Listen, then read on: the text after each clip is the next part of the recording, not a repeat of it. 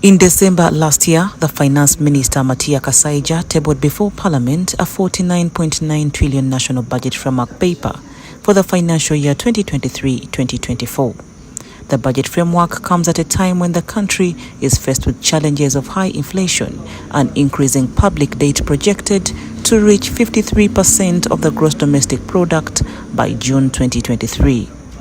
Addressing journalists today in Kampala on budget financing for the coming financial year, experts on budget matters from the Civil Society Budget Advocacy Group urged government to put more money in sectors which help people at grassroots level to improve their standards of living.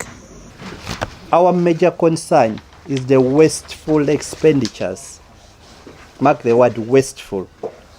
In government, we are aware that so many areas where we are spending on, which we really don't need. And key is the duplications of functions. They expressed concern that the current cost of running government operations, including wages, salaries, and interest payments, limit resources available for service delivery, which in the end affects the common man. They have asked government to accumulate local revenue through investing in sectors like agriculture, tourism, infrastructure, and human capital development.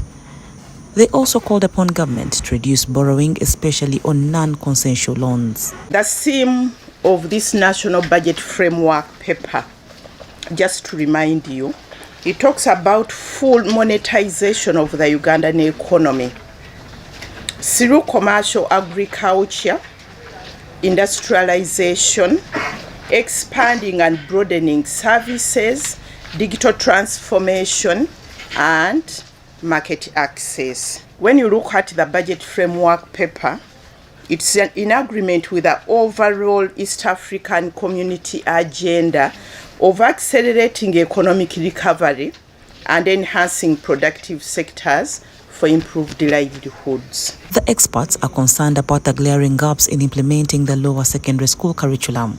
They want Parliament to direct reallocation of funding to the education sector.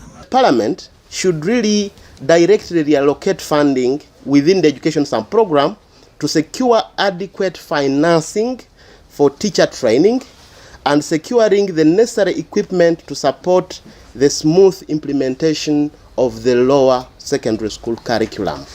And when we talk about equipment, ladies and gentlemen, we are talking about even the basics like electricity in our schools, solar lighting. We are talking about the basics like having a gadget that can access GPS enabled. We are talking about the basics like training our teachers in how to use these e-systems. We are talking about the basics of sensitizing communities about enrolling their children in e-systems. So we are not asking for so much, but we are very appreciative of what has been done. We thank the government for the new curriculum.